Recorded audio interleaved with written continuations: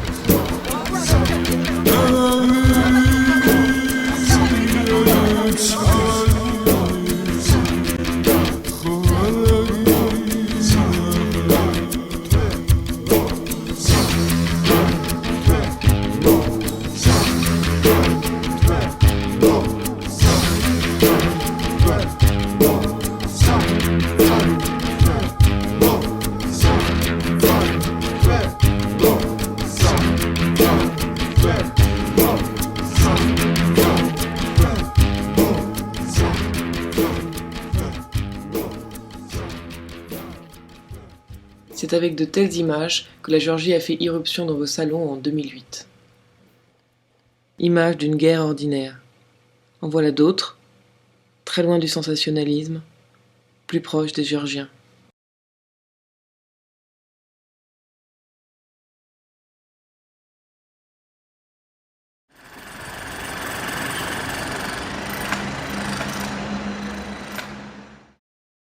ჩვენ 18 წელი ვიცხოვრეთ იქ ომის პირობებში ფაქტიურად იქ ყოველთვის იხოცებოდა ახალგაზრდებით და ხანშესულებით და ვიყავით იქ ვიდექით ჩვენს ტერიტორიაზე სანამ არ წამოვიდა რუსეთის ჯარი როკის გვირაბიდან და სანამ თვითმფრინავებით არ დაიწყო დაბომბვა რომ ხალხს აღარ შეეძლო იქ ელემენტარულად გაჩერება იბომბებოდა სოფლები და ამას ვერაფრით ვერ შეეწინააღმდეგებოდი და ხალხი აი უკან მოუხედავად სახლის კარი არ გამოგვიხურია და აი ესე გამოიქცა ერთი ხელით ანსაცმლით რაც ეცვათ ზეთ ყველაფერი და ეს ყველაფერი დავტოვეთ იქ და გამოვიქეცით. რუსის კაჯარი რო შემოვიდნენ და შემოვიდნენ ეზოში. უგზავნით მე. ავიდნენ მაღლა. კარებები დაკეტილი იყო ეს როლეს ისა. ია, გარეს კარები. კარადის კარები დაკეტილი რაც იყო ისიც ეგრე იარაღით გააღეს, სულ ყველაფერი გადმოყარეს, სულ ლოგინი, შკაფი, ურჩელი, სულ ყველაფერი გადმოყარეს. ჩვენი 90 წელს მიღწეული ქალი ამდენი შრომის შემდეგ ერთ დღეს დამიწვეს ყველაფერი. პატარა ლეკვები ძაღლი ჰქონდა და ლეკვები ყავდა და იმისი თქმუტონი გაიგეს. ლეკვები რო თქმუტონებენ და ვინ აკამთო ბავშვიანი, ვინ არის? ვისი ხმარი? არავინ არ არის, მარტო ყინა მე ვარ მეთქი. იცოდეთო თუ ბავშვი დავინახეთო, ვესვრითო და მოგიკლავთო. გამომიცხადეს, უნდა წახვიდეთო. უნდა დასტოვო სახლიო და უნდა დავწვავთო. გამოვიხურე კარები და წამოვედი. ამ კორი, ამ ცეცხლში მივდივარ მე. გარეს ეთნოწმენდა იყო, გამიზნული იყო სპეციალურად. The Russian tanks stopped. It was about 19 kilometers from the place, from their base to the capital of Georgia. People were ready.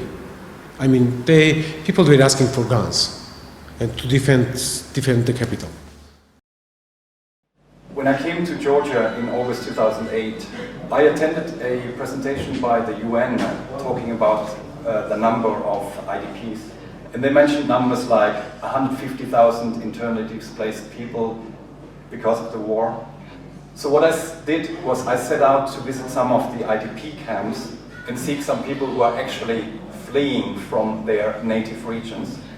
And put individual faces behind this very abstract number. There's a man with his 11-year-old daughter who had to flee his native South Ossetia, and their two sisters who had to flee Abkhazia.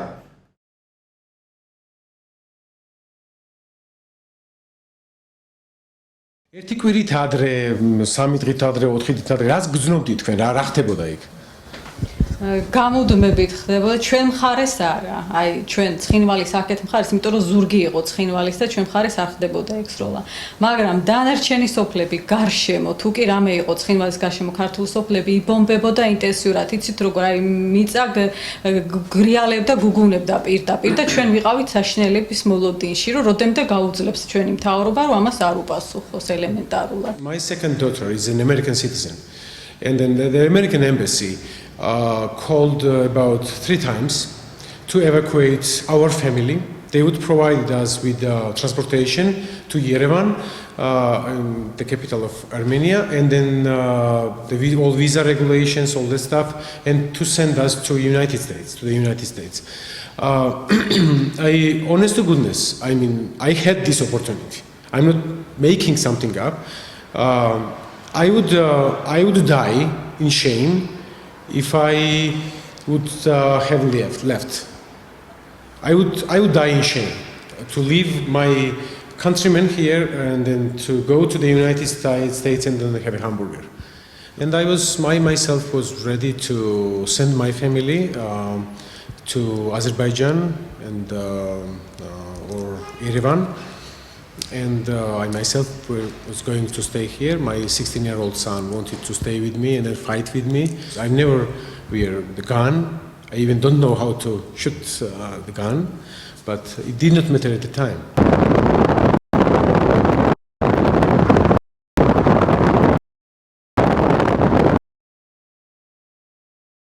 When a dog bites a man, it doesn't get to the news, but if the man bites a dog, then it gets to the news. So Russia was bombing us all the time. It was very natural for them. But suddenly when Georgia decided to fight back, suddenly everyone thought that it was so interesting to see that a small nation is suddenly trying to get rid of the big nation that is bombing. Because we have been bombed all the time. და რა ხდებოდათ იცით ერთი სახლი დაინგრეოდა ქართველის არ არსებდა იქ ოსის სახლი არ იყო დანგრეული გადაიღებდნენ ამას ჩვენი ტელევიზია აჩვენებდა ჩვენ ვიცოდით ვისი იყო ის სახლი ხო აი უყურებდით ეს ნამდვილად ის სახლია გუშინ რომ დაინგრა ოსებმა რო ისროდეს ხო რუსულ მედიაში თან ჩვენ უყურებდით ყველა იმას რუსულ არხებს იგივე სახლი აჩვენებდნენ რომ ოს დაუნგრიეს სახლი აი ინფორმაციული ომი იყო we just should like introduce it to everybody to once and forever understand them what is happening here and without any doubts and some ideas who started for war for example or something how can it be the question when it's Russia and small country it doesn't matter it is Georgia or Azerbaijan or some other country we know how they actually behaved with Chechens. They are authors of Chechens genocide, and not only Chechens. That's about North Caucasian, all the peoples there and nationalities. They invaded their territories. Yes, it is that, of course. So this has been continuing for many, many years, and this war was just one of the logical outcomes of all this.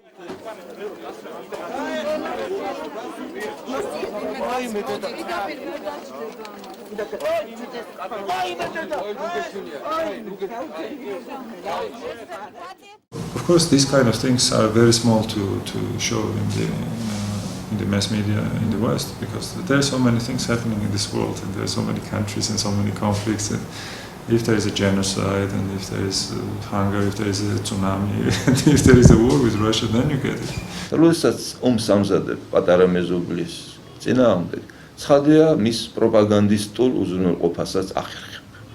და შესაბამისი პუბლიკაციების გაჩენასაც თქვათ მედიის გარკვეულ საშუალებებში. რუსეთის პროპაგანდისტული მანქანა გაცილებით უფრო ძლიერი და მძლავრია, ვიდრე საქართველოს შესაძლებლობები არის იმუშაოს თავისი სიმართლის მსოფლიოში გასატანად.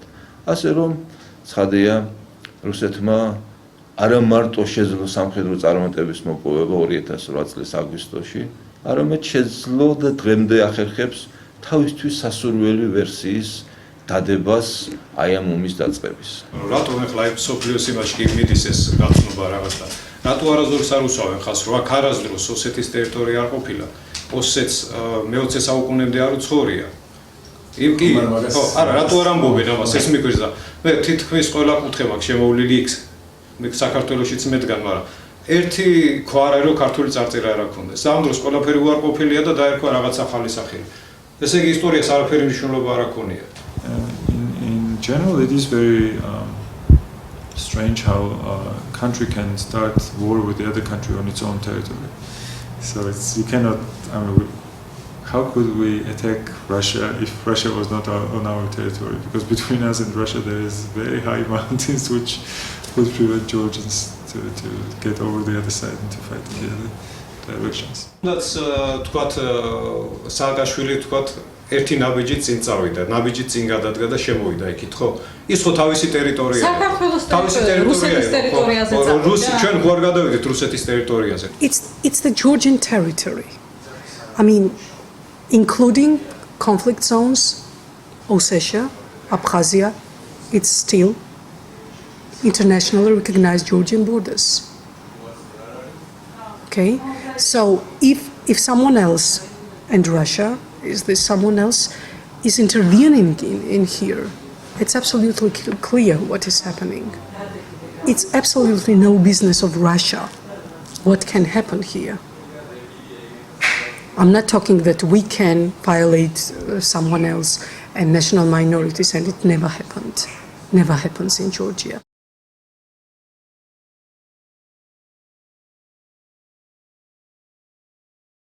The Russians have started to prepare for the invasion long before, like about two years ago.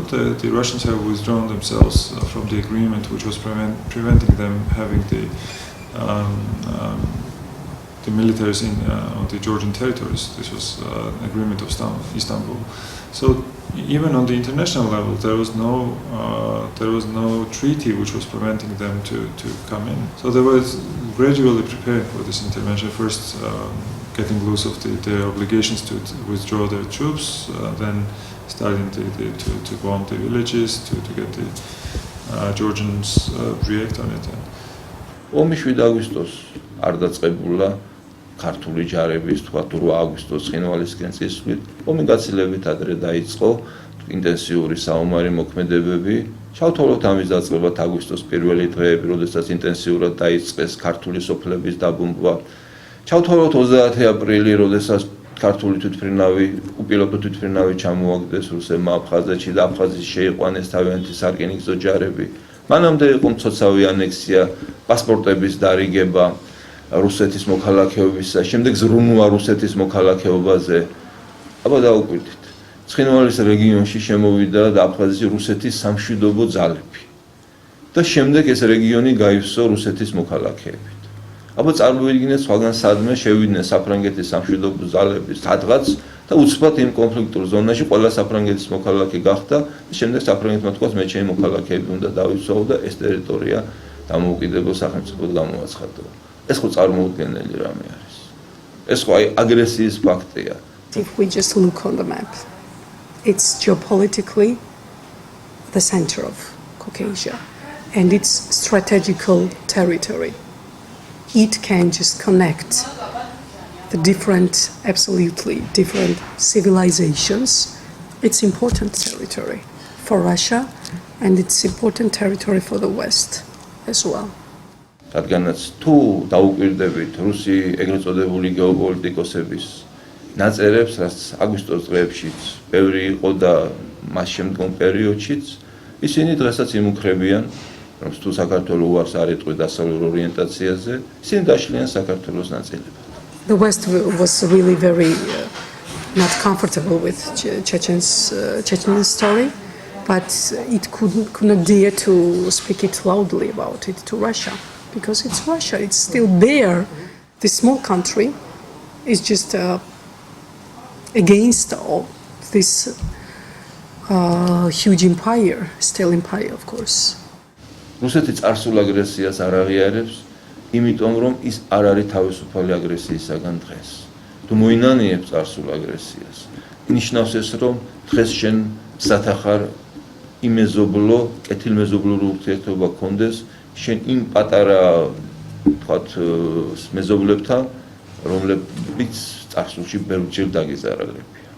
და აქ რაც იწერება სამხრეთ ოსეთის შესახებ და გინდა აფხაზეთის ისტორიის შესახებ არა, ეს არის ნაწილი რუსული იმპერიული პოლიტიკისა, რუსული აგრესიის დასაბუთებისა საქართველოს წინააღმდეგ. We should work on this policy to make it clear that it is the country which is still resistant and is struggling for its independence, which is under danger when Russia is still pushing and playing with these conflict zones. საქართველოს და ქართული ხალხის პოზიციაზე ბევრი რამე არის დამოუკიდებული საბჭოთა სივრცეში.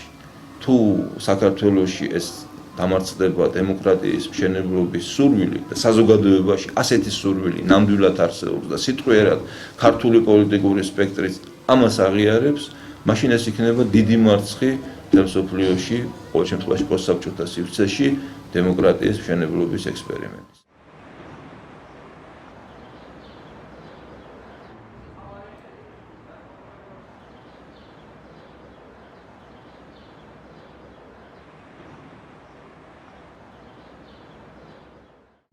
In general, in Georgia, there was a policy of Russia to make this kind of parts of Georgia which would not be controlled by the Georgian government in order to control the Georgia in reality. So they were really promoting the idea that Georgia is a little empire, is oppressing the others, is pushing their language,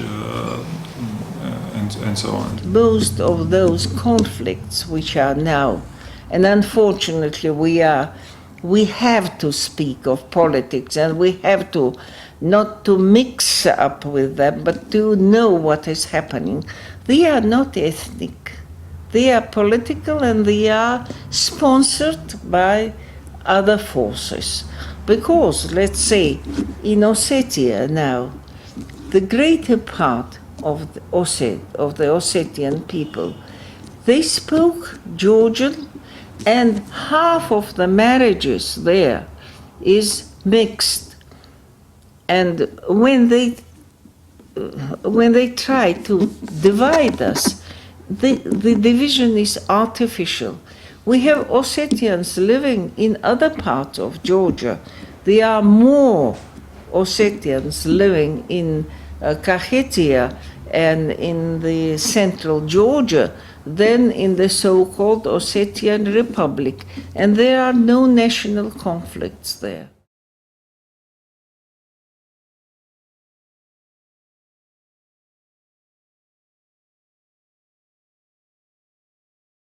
Let's say in the other part of Georgia where Azeris and Georgians live. All Georgians speak Azeri, no Azeris speak Georgian. So the Georgians are not really pushing others to receive their culture. When it is very hard to find in Russia the people who do not speak Russian and they are part of Russian. So Georgians have been much more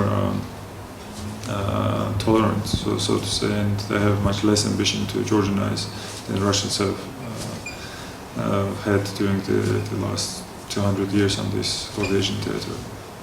It's not the discussion of Abkhazian and South Ossetian independence from Russians.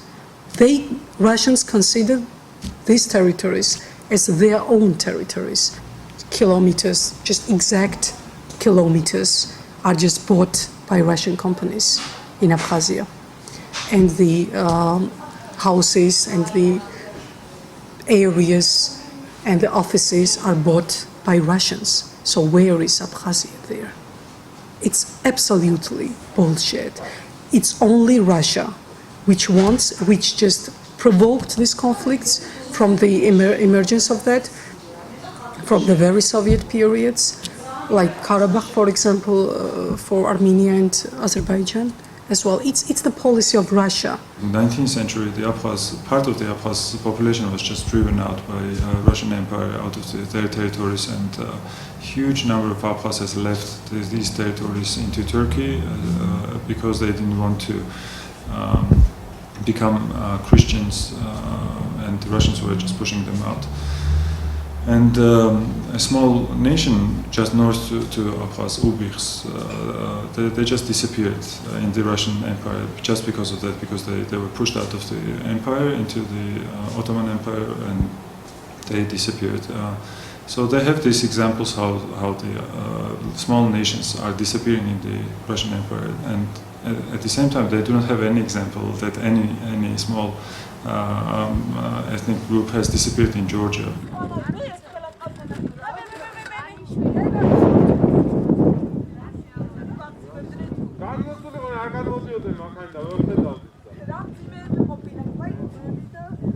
I mean, I don't hate them.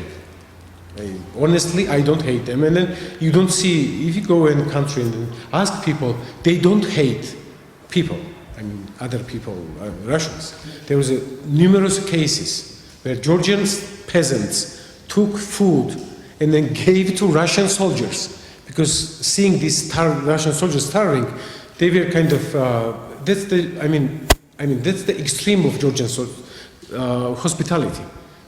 I mean, the enemy is coming and take over your land and putting some block posts on your territory, and then you are going to give them food. I mean, to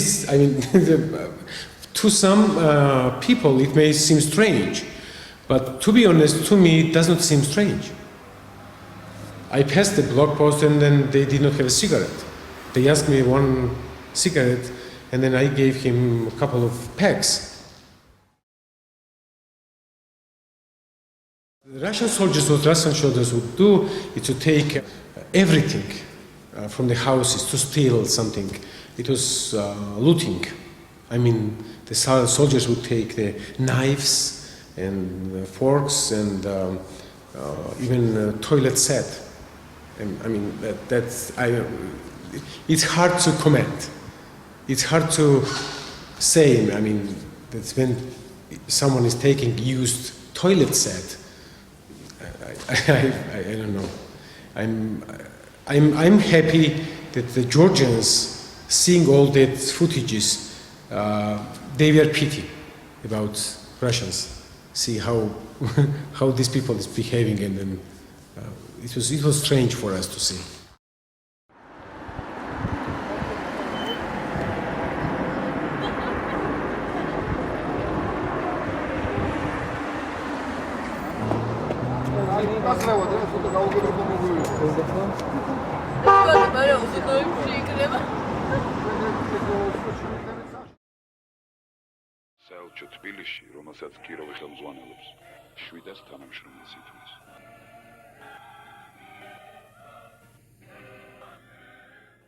When people are speaking about European orientation of Georgia, it's foolish, because it's the same to say that, I don't know, Chinese have yes, Asian orientation of Chinese or something like this.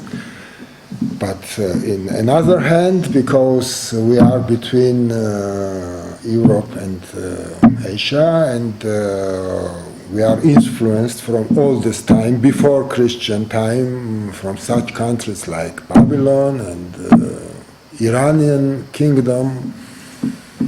So Asia, and mostly Iran, is of course very much connected with Georgia too.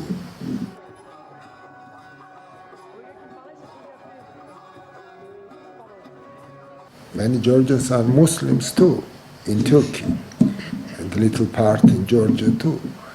But historically, our kingdom, Georgian kingdom, or Iberian kingdom, is Christian kingdom. And we are one of the oldest Christian European kingdoms. For Georgia, the most important things were mamuli, that is the land, nation, ena, language, and sardzvonoeba, that is the faith. Both language and Christian faith served during the centuries when Georgia was oppressed on every side by different conquerors as political, as an actual factor for consolidating the Georgian nation as such. The conquerors were mainly Muslim. Because of this, Christian faith was something that helped people to understand that they were fighting against invaders. And also Georgian language, which always continued to be the language, spoken language of the Georgian people and literary language too.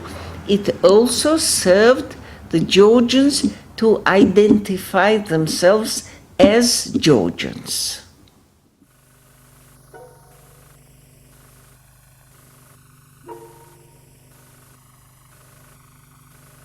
Georgian as a language originated and was divided from other Kartvelian languages, let's say in the 10th century BC. From the very beginning, it was understood that education in Georgian was important for maintaining Georgian identity.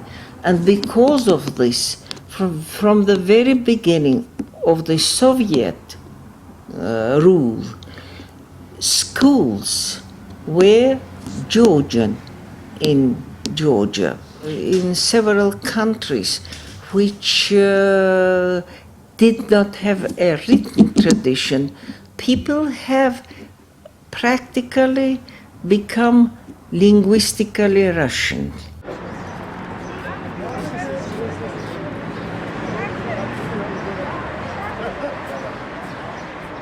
From Moscow, from the Central Committee, they used to say that we must have a Russian university and so on. It caused a great upheaval. There were demonstrations, you know, and people came out into the streets. So Georgian was proclaimed again in the constitution, the Georgian Soviet Constitution of 1978, as the official language of Georgia. Also, there are, and they have always been here, Russian, Armenian, Azeri schools. It's quite usual for people here in Tbilisi to speak 5 or 6 languages because one neighbor is Russian, another is Azeri, a third is Armenian, the fourth is Greek, and in the old yards where children used to play, and I was raised also in this way, you can hear many languages. I learned Russian and Armenian when I was a child.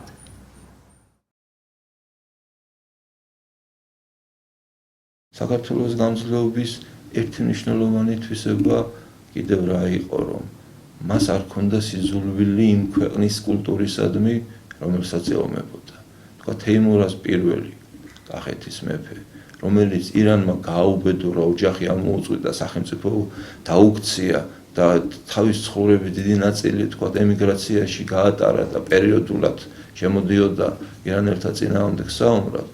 სპარსულიდან ლექსებს თარგმნიდა ქართულად და დიდად აფასებდა სპარსულ კულტურას. ასე რომ ესეც ჩემი აზრით მეტად მნიშვნელოვანია, როდესაც ვაპარაკობთ ქართველების გამძლეობაზე. ის გახსნილია დიალოგისთვის და ურთიერთობისთვის და ყოველივე საუკეთესოს აღებისაგან, იმათგანაც კი, ვინც მოცემულ მომენტში მისი მტრის სახით გამოდის. Georgians have learned to be tolerant. Well, not because Georgians are better than any other people, but because history has taught us. We have lived with so many people around us that we have learned simply to tolerate them.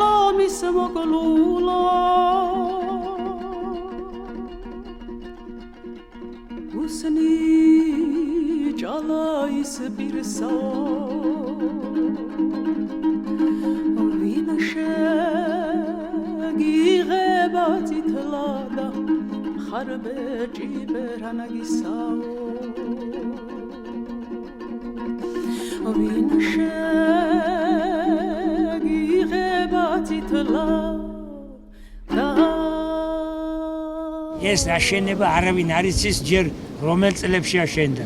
ამბობენ რომ შუა საუკუნეებიდან მოდისო. ზუსტი ჩანაწერები არცად არ იპოვება. საბრძოლო მიზანი იყო ეს რომ აი შენახვისთვის, სიმაგრისთვის და იმისთვის აშენდა რომ აქ მიუდგომელი იყო აქ. თავდაცვის იყო სიმბოლო და აი თუ იყო ბრძოლები არა გადასასვლელები იყო ისე რომ აი კოშკიდან კოშკზე ისე გადახვიდოდა გარეთ არ გინდოდა გამოსვლა. იმათ არ იცოდეს ის რომ მტერი რამდენი იყო იქ შიგნით რამდენი იყო მებრძოლი მტერმა ის არ იცოდა აქ ისეთ ადგილზე იყო ეს ორი კაცი რომ ესენი გებულობდეს ყველა ამბავს სადაც რა ხდებოდა და ესენი აქ ატყობინებდეს აქ ორ კაცს და ესენი სოფელში უკვე ამბავი მოდიოდა რომ სადღაც დაცემა იყო და ხალხი საით უნდა გაქცეულიყო მტერი საიდან მოდიოდა და საშიში საიდან იყო არ ყოფილა მე მგონია რომ აი არ ვიცი საქართველოს მეფეებიდან აქ დასახმარებლად არავინ არ შემოსულა და თავის თავს იცავდეს აქ ჩვენთან ხევსურები ლამა ზად დაგიტირებდი ხათრო არ მქონდეს ქმრისაო ლომო შელომის მოგნულო ბუსნი ჭალაის პირსაო ვისაც არ ყავდა მომავალი ვინას ესე იღუპებოდა ან ტრადიციის აი ან მტრის მიმართ ან თავისი დღით რაღაცა თავმოყრილებით ხდებოდა აქ მაგრამ აი ვისაც არ რჩებოდა მომავალი ესენი ამისთვის არის ეს კოშკები აგებული ეს ქვები თეთრი ბროლები კი არაფერს არ ნიშნავს ეს უბრალოდ სიმბოლო ხო ეს წესი იყო ასეთი რომ ყველაზე უნდა ყოფილიყო მაგრამ აი ესეთი იყო კანონი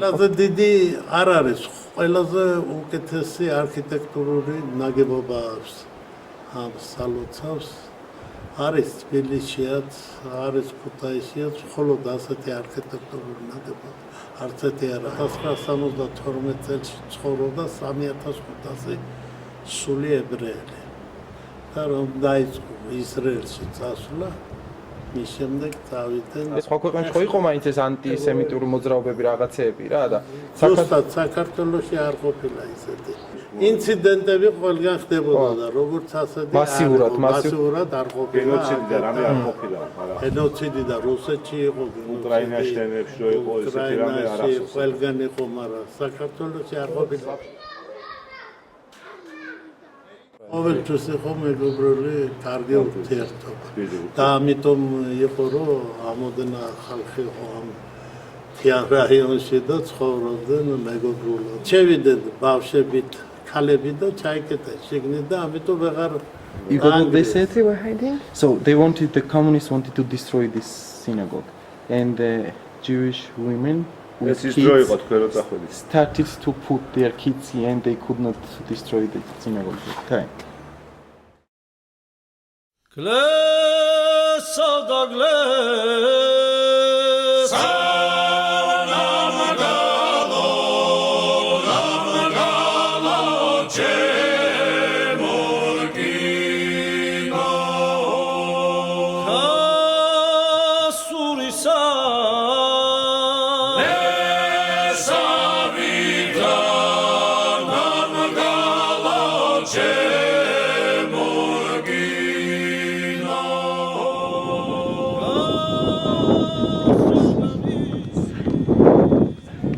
ქართულ სიმღერას მრავალსაუკუნოვანი ისტორია აქვს.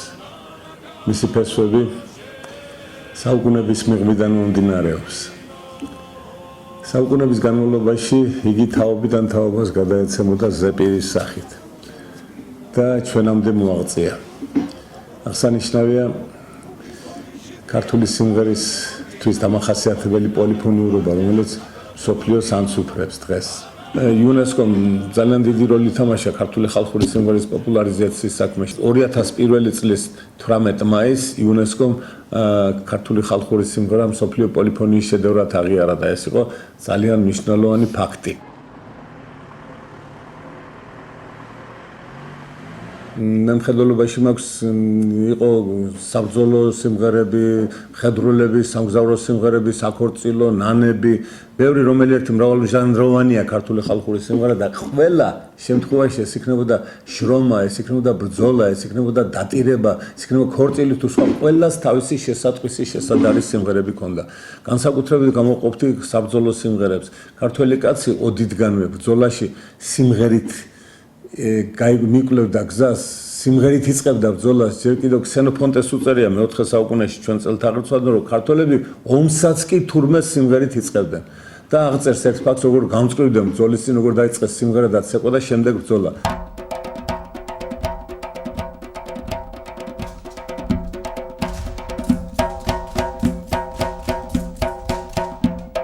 რაც შეეხება საბრძოლო ბრძოლას და საბრძოლო ცეკვებს, ეს ცალკე ჟანრია და რასაკვირველია ქართული ხალხური როგორც სიმღერები არსებობდა საბრძოლო, ასევე ცეკვებიც არსებობდა. მრავალსაუკუნოვანი ამ ქართული ცეკვებიდან განსაკუთრებით აღსანიშნავია საბრძოლო ცეკვა ხორუმი, რომელიც გამოხატავს სრულიად ბრძოლის პროცესს. ამ ცეკვაში როგორც არსად ისე ასახული მთელი ამ ბრძოლის პროცესი. მთელი როგორც ხდება ხოლმე ჯარის ლაშქრის განაწილება, დაყოფა, როგორც იყო ადრიდგანვე, შემდეგ როგორ იწყება შეტევა, როგორ იწყება დაზვერვა და ასე შემდეგ და ფინალიც კი, გამარჯვების ფინალიც კი კარგად აცეკვაში ასახული და ფინალის შემდეგ ის საოცარი აღთოვანება გამარჯვებისა, რომელიც გამოხატულია ლამაზად ამ ცეკვაში გამოხატული. მე ვფიქრობ, რომ ეს ერთ-ერთი მაგალითი არის საბრძოლო ცეკვები, ბევრი არის ტრადიციული ცეკვები ხანჯლებით, ხმლებით და ასე შემდეგ, რომელიც გახსავსია საბრძოლო ილეთებით და მიუთითებს იმ ტრადიციაზე და იმ ძლიერ მედგარ სულზე მეომრებისა, რომლებითაც ქართველი მეომრები იყვნენ ყოველთვის დაჯილდოებული.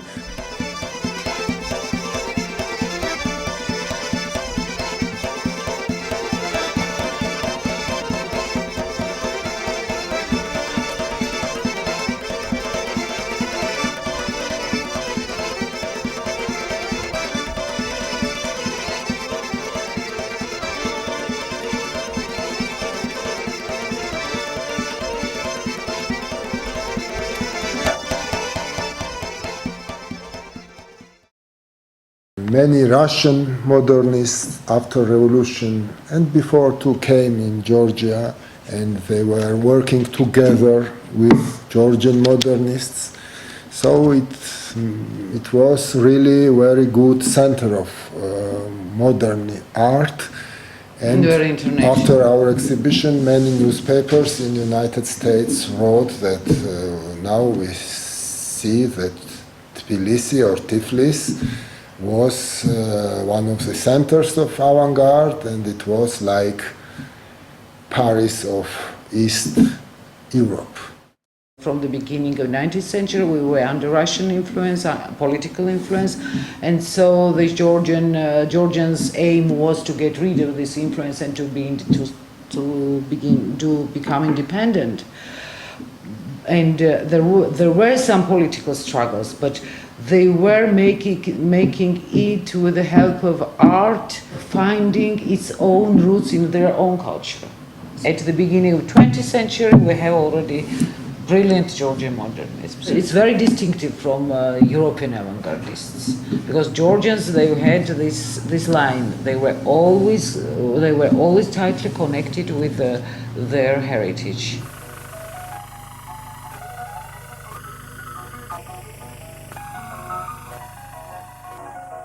When I was younger and I was thinking what I can do in art in Soviet Union. When I saw that Georgian portraits of Georgian nobility, they were forbidden. And so I was very young, I was a student, I decided to understand why it was forbidden. Why they arrested and killed poets and artists, not only politicians or soldiers. And I decided to understand that when something is forbidden, it means that it is true. Georgia, without history of its nobility, it will be very poor, because I mean that it was country of nobility, country of feudals, country of Christian landlords, and of course farmers and so on. And when they forbid this history, this art, they wanted to show that in Georgia was nothing. So when I realized this, I decided to make a conceptual art about this. And I began to paint group portraits of Georgian nobility, family portraits from old photos, old family photos of our grandmothers and grandfathers who were shot, arrested and killed in Soviet time. And it was, of course, not only in Georgia, it was in Russia too and in other so-called Soviet republics. And 10 years from 1970 till 1985, till the time of when Soviet Union began to change, it was forbidden. 15 years it was impossible for me to expose, and 15 years is a very long time for artists, you know. And but I did it.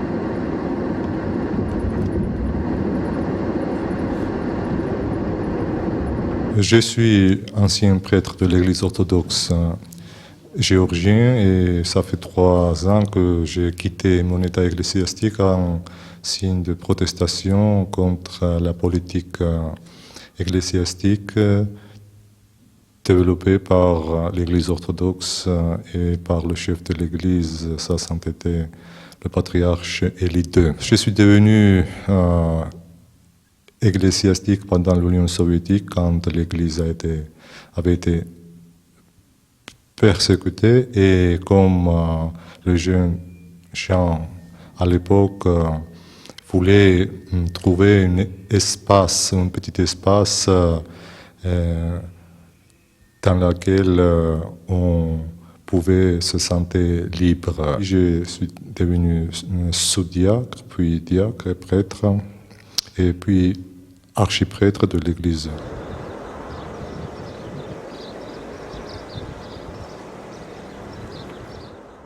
Un jour, en 1997, le Kremlin a donné l'ordre pour que l'Église géorgienne se retire de toutes les organisations internationales chrétiennes. Et le même jour, le 20 mai de 1997, l'Église s'est retirée en disant que l'Europe, c'est la maison de Satan, il ne faut pas avoir les relations avec les autres chrétiens. Et puis, après cette révolution de rose, on a eu beaucoup d'espérance. Les jeunes séminaristes, à peu près 20 de séminaristes, ont écrit une lettre ouverte sur le problème de l'Église, le problème intérieur et aussi le problème de l'influence de l'Église négative sur la société. Mais tous ces séminaristes ont été virés de séminaires théologiques, et après, moi, j'ai encouru une peine canonique. Peine canonique, c'est-à-dire selon le droit ecclésiastique, j'étais suspendu comme prêtre. Et puis, en signe de protestation, Moi, j'ai aussi écrit une lettre ouverte et j'ai quitté mon état ecclésiastique moi-même. Le patriarche avait eu peur, comme je pense, et il a intervenu dans une émission télévisée, en montrant mes photos, pour les gens voient très bien, et a déclaré que je suis le traître de la nation, le traître de la religion et l'ennemi de la Géorgie. Après ça, c'est-à-dire en circulant dans les rues, dans la ville, l'agression des gens était assez forte, mais bon, moi aussi je suis géorgien, c'est-à-dire c'est pas problème.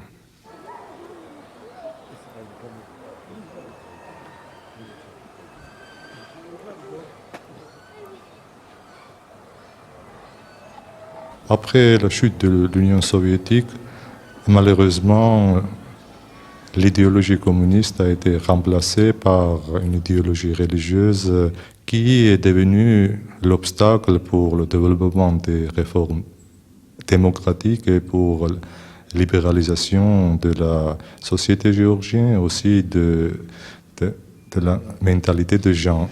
Extreme popularity of the church is one thing that is very clearly explainable and very obvious for me. When after the fall of Soviet Union and somewhere in the 80s, when these liberation movements, these national liberation movements have started in almost all former Soviet republics, they started to create a national identity, a national myth. And religion was one of the fundamental things in this myth of being Georgian, what it means to be a Georgian. Generally, Orthodox Church is becoming more and more popular.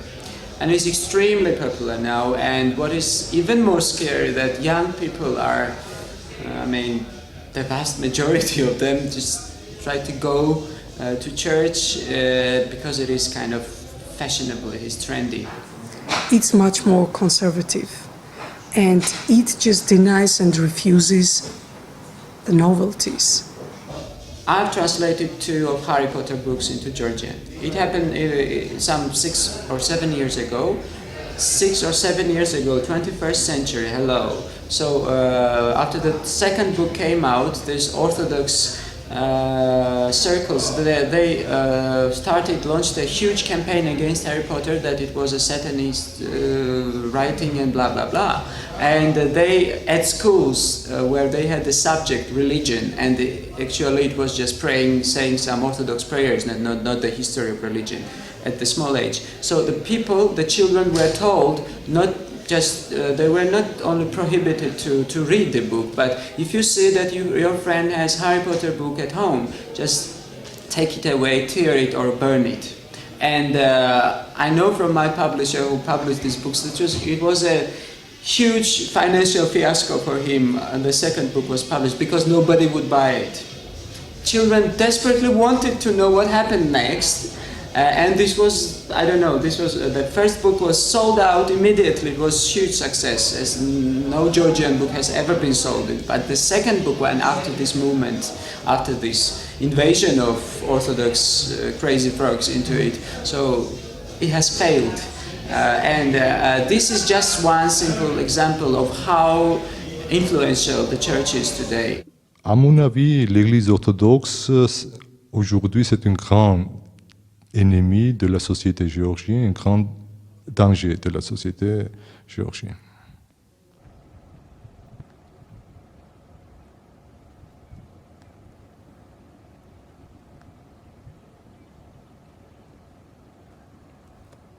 I don't want to talk right now about the corruption at the churches, but the corruption exists at churches, definitely.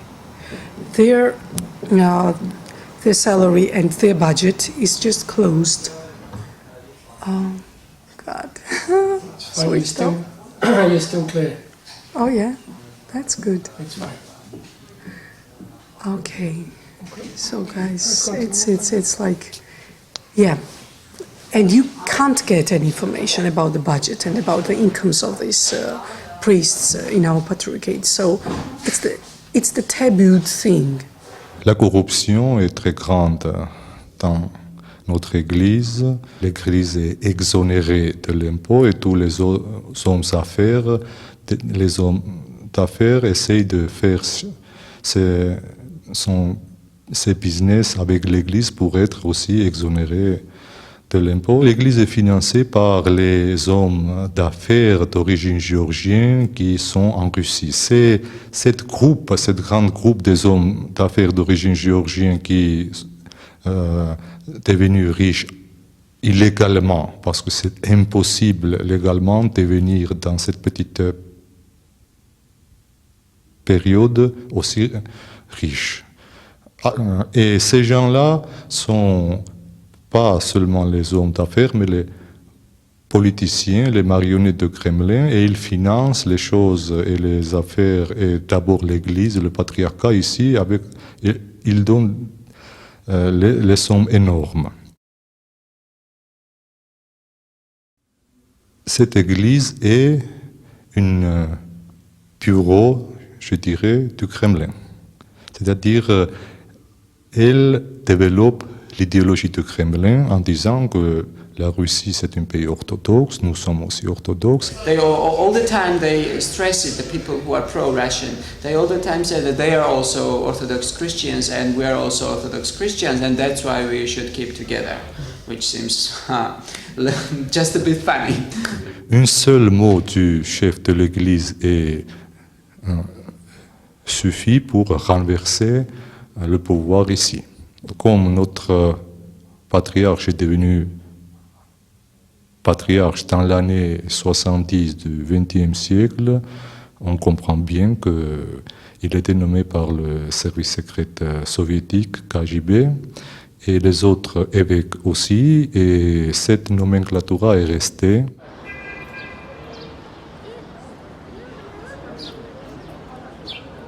On voit que ces dernières 2 ou 3 années,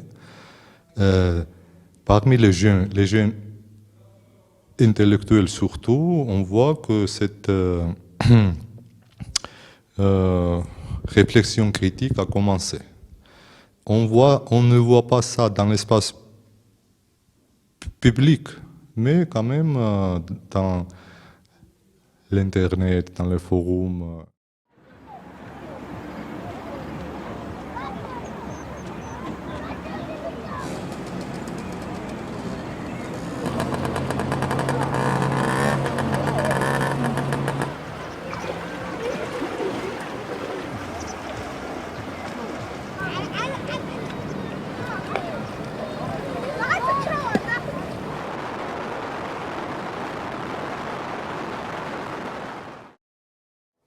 It's time for these changes, of course.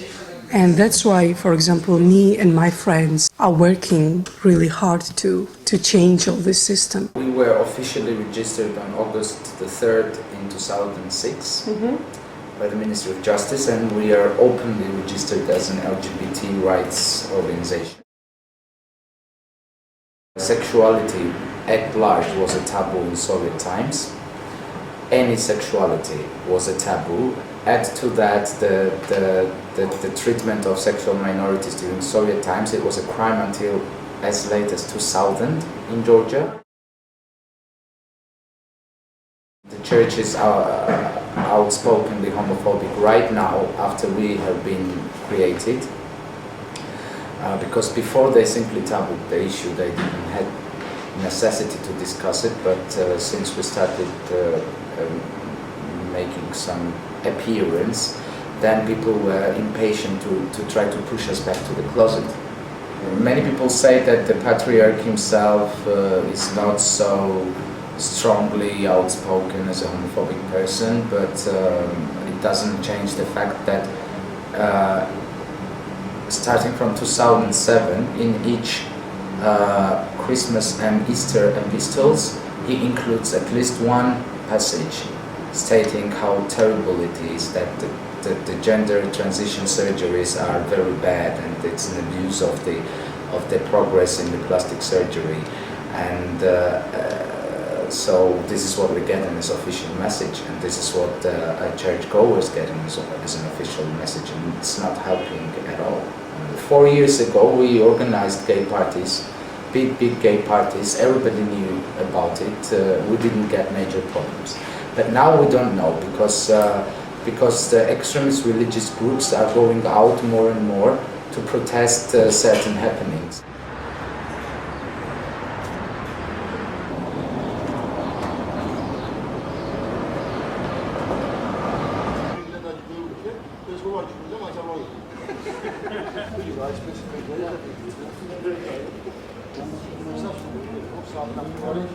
Who defines what the Georgianness is? Who defines what is Georgian and what is Xeno? I am also Georgian. I'm part of this culture. I'm owner of my share of this culture. So it doesn't matter how many more you are. I'm the same member of this community.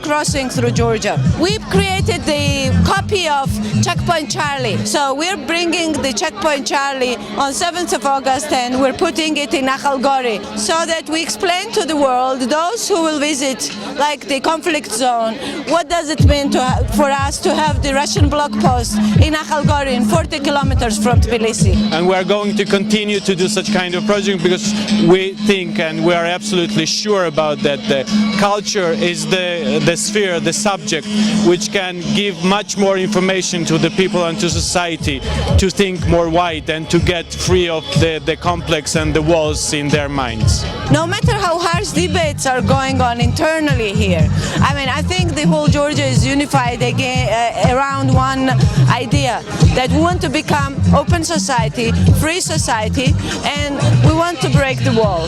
We want to work step by step with Georgian culture and bring it out from this isolation. So you can use art as propaganda. So we try to use this art for propaganda too, but for propaganda that the art is very much connected with freedom. I'm trying not to be traditional because the tradition is here already. We're sick and tired of it, and some radical changes are needed. Even if you are hostile towards traditions and your cultural heritage, so you cannot escape it anyway. So you are still based on, because for myself I'm doing things in Georgian language. That's all. The tradition is already there because the language keeps it. So let it be the only part in my writing of the tradition. Thanks for the brilliant language we have. In this time, it's very difficult, terrible time of wars and again many strange things which now happened in Georgia. It's somehow going on, this process of isolating country, and so all we must try to show our art to everybody, and I think you are doing the same, and me and everybody. I think that yes, it will influence politics, by all means. I'm very optimistic, I think.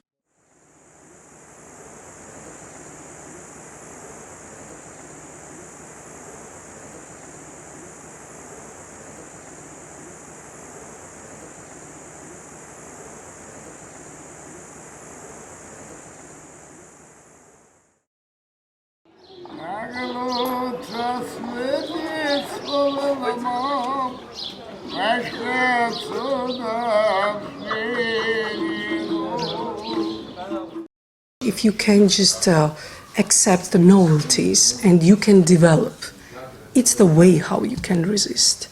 Because if you just remain I don't know, closed, conservative, frightened, phobic, of course for sure you die.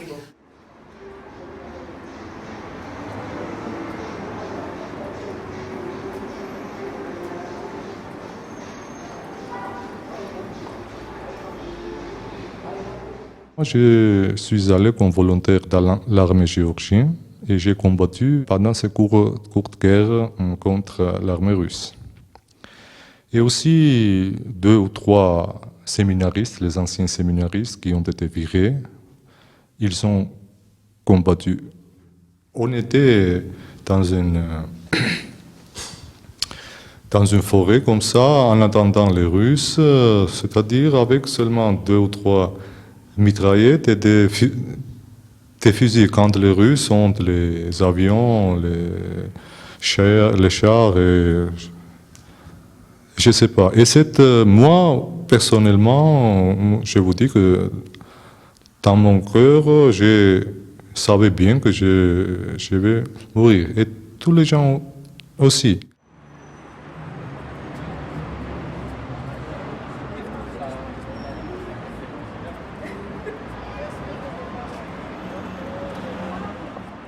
თუმცა ცხადია, აი ეს არგუმენტი წარსულში ძალიან დიდ როლს ასრულებდა, კერძოდ რომ მძიმე დრო გვიდგას, მაგრამ უარესისთვისაც გაგვიცლი. ეს იყო ქართული ხასიათის ერთი დამახასიათებელი თვისება. და თუ კი თემურლენს გაუძელით, არაბებს გაუძელით, რომელსაც 3 საუკუნე თბილისს ფლობდნენ, თურქებს, ბიზანტიელებს, რომაელებს გაუძელით, ეს მედოდე პუტინი ვიღა იქნებიან და რა გამძლეობა ექნება ასეთი მათ მიერ შეკოწიწებულ იმპერიას, რომ საქართველოს ვერ გაუძლოს. ცხადია ამას ფიქრობს ბევრი ქართველი.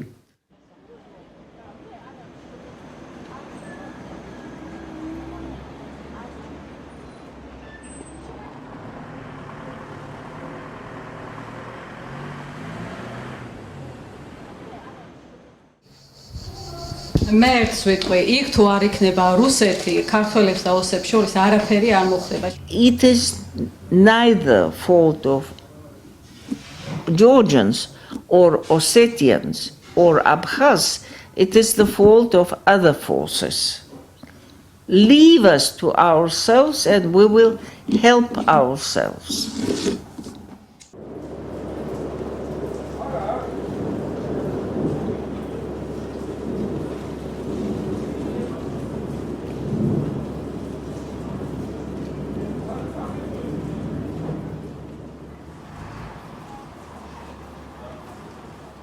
I always had some choice to go somewhere and to live there. But I'm choosing Georgia. Why? Because it's my country. And I'm realizing that it just needs me.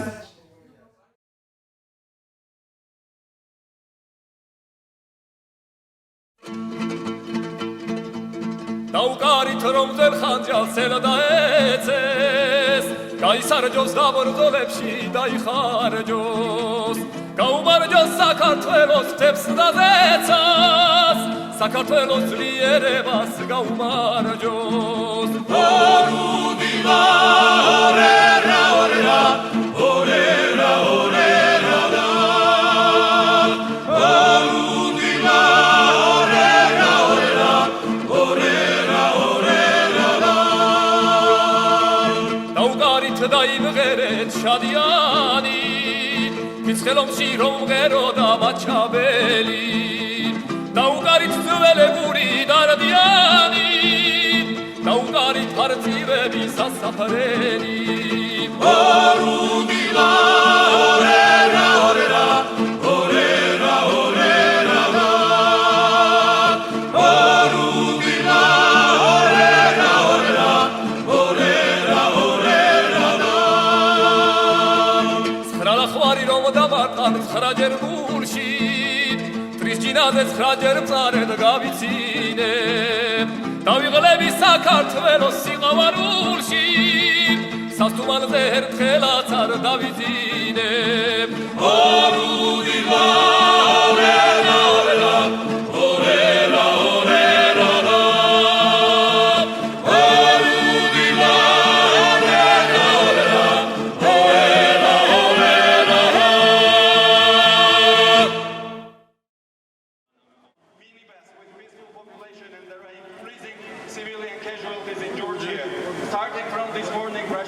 continue to bomb the entire territory of Georgia from the east to west.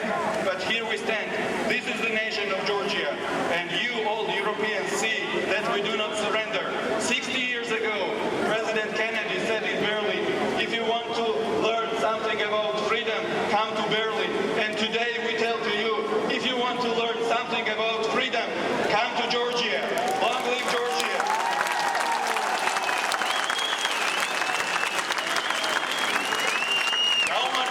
Like